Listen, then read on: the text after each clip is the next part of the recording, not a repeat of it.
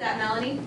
That's right, Kelly. That is B.B. King's great-grandson. When we come back, we're here with his grandson and his great-grandson. It's pretty neat. Stick around.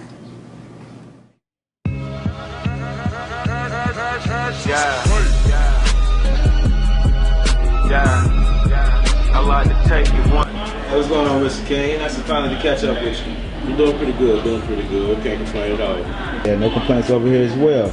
It's nice to finally get up with you, man. Always a pleasure, always a pleasure. All right. Now with all that being said, what is the Roc Management? The Roc Management is a full inclusive entertainment consulting company. We focus on models, rappers, stylists, photographers, noirs, graphic designers, anybody with the talent in the entertainment industry that needs a branding or needs help molding their business. Where did the idea of having a management company come from? It actually was driven. My first company was Millennium, and it came from it. Started out in 2000 in Japan, moved on and grew. Started with 5 models.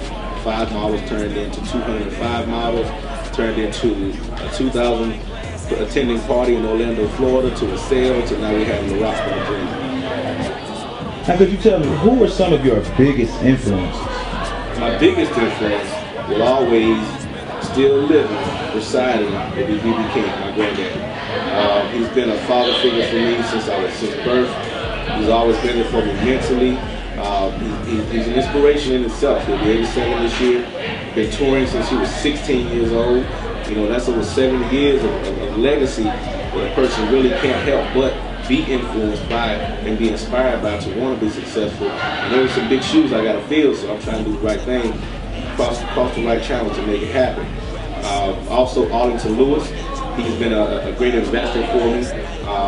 My back man, my first hand, my ace, and everything that we do from Japan all the way to America with the international ventures. You know, he's been molding me and teaching me. He took me from a DJ to now a promoter and investor and manager and possibly a potential mogul in the industry. And it is always good to have some influences in your life that can kind of, steer you in the right direction. How did the Roc Management become what it is today? The Roc Management, like I said, came earlier from a dream. After I sold Millennium to a company out of Florida, I was asleep one night, and when I woke up, the first thing came out of my mouth was LaRoc. My wife Abby, she said, "What is wrong with you? What are you talking about?" And I said, "LaRoc." And she said, "Are you tripping?" So I jumped out of bed and sat down in front of my computer, and I just went to typing. You know, she got up, came in the other room with a glass of water, and she said, "You all right? Did you have a bad dream?" I said, "Nah, I had an epiphany. You know, this is going to be the name of my new company," and it came to me in a dream. So since that day, which was July of last year, we started running the ground with the paperwork. In August, we incorporated in October, and we were running. You know, and now you see what you see today. Full website at rocmanagement.com. Everything is going. Can you describe some of your most challenging moments while building your company? Most challenging moments, one of course is it's always clients. Some good, some bad. You're gonna have some with aspirations but don't have the vision to get there. Some with the vision to get there but just don't have the aspiration. What I mean by aspiration, I am talking about the figure, the talent, the body, or the mentality. You have a lot of rappers that want to rap, but they can't rap. You have dancers that want to dance, they can't dance, but they have the mental capacity to understand the industry and the business, but they just don't have the necessary quality to really get there. So one of the biggest challenges is actually finding 90% of our business, which is models, quality talent that actually can be successful in this industry to be able to compete with the industry standard that's already there, because there's women out there getting it already. So for me to introduce a new model to the business and get her out there, she has to be able to bring it full fold. Other challenges, is, of course, is political. You know, dealing with the politics of whatever city we're going to, the governmental issues. They're not used to a young person like myself coming to the city or coming to their avenues and introducing myself and trying to do my ventures. It's unheard of in some cities, and not being seen on TV all the time. Wow. With all that being said, you still make it happen. And I just want to know, how is it that you have overcome those challenges and have turned them into a positive gain?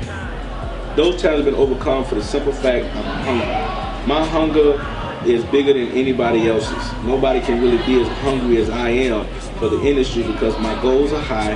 I set my standards as high as my goals, and I don't stop. I don't let nothing get in my way.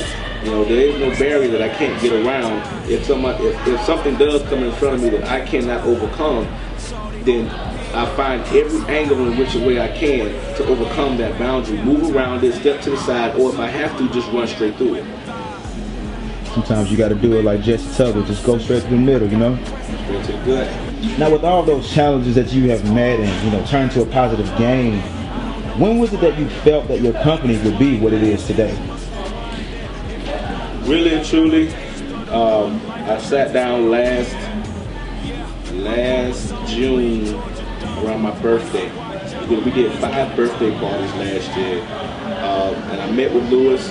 He flew in, we had a great time, we partied like rock stars, but it wasn't the party in Atlanta, it wasn't the party in Panama City, it wasn't the party in Florida, but the smallest party that we had, the one that was in Albany, my hometown, was the smallest out of all. Came to the country, buying bottles and everything, but the kind of love that I got from the country, from the folks that really don't get to see the limelight, they don't get to travel that much, half of them ain't been up 300, ain't never left the city limits, you know, those folks, they showed me that true passion and love that you can have for a person. Then going to the city, half the folks just coming to the party because they're just going to be at the party. But those folks showed me true love, and they gave me that vision to see exactly what's to come in the future by building that true fan base. Wow. That's truly amazing, you know, to get that type of love like that, you know, and to give it and to receive it back. And with all that love, like, how does one actually do what you do? For one, you got to be focused. You got to be direct driven. You have to know how to balance your play and your work. You know, of course, in the entertainment industry, what the people see is going to be a lot of play. You get a lot of toys from the cars, jewelry, the money. You know, always on TV partying. You see folks getting drunk, acting crazy. But at the end of the day, everybody has to put on their suit and go to work. You know, we have to go to those board meetings. We have to go to those meetings with those advertising companies. They want to use us and our face and our image as their brand. We have to be able to sit down and take care of that business. So in turn, for me and myself, a typical day is waking up in the morning, checking my schedule, sitting down, picking out the suit, hitting the door, making sure I have everything that I need before I tackle that day's mission, if I'm going to work that day, or if that day is going to be a relaxed day, a day off. Most of my days are work days. If it's a day off, okay, you see what we're doing right now. We're still working. Sure enough, sure enough, sure enough. Now, is there anything that we haven't covered today? There's a few things, you know, but this DVD has a lot more to come. So once you stay tuned, we're going to tune you in to a lot more topics, a lot more scenes. You're going to see a lot of different partying. You're going to see a lot of different people. You're going to meet some other celebrities. So I hope you stay tuned and watch something that you really going to like. There we have it. Stay tuned.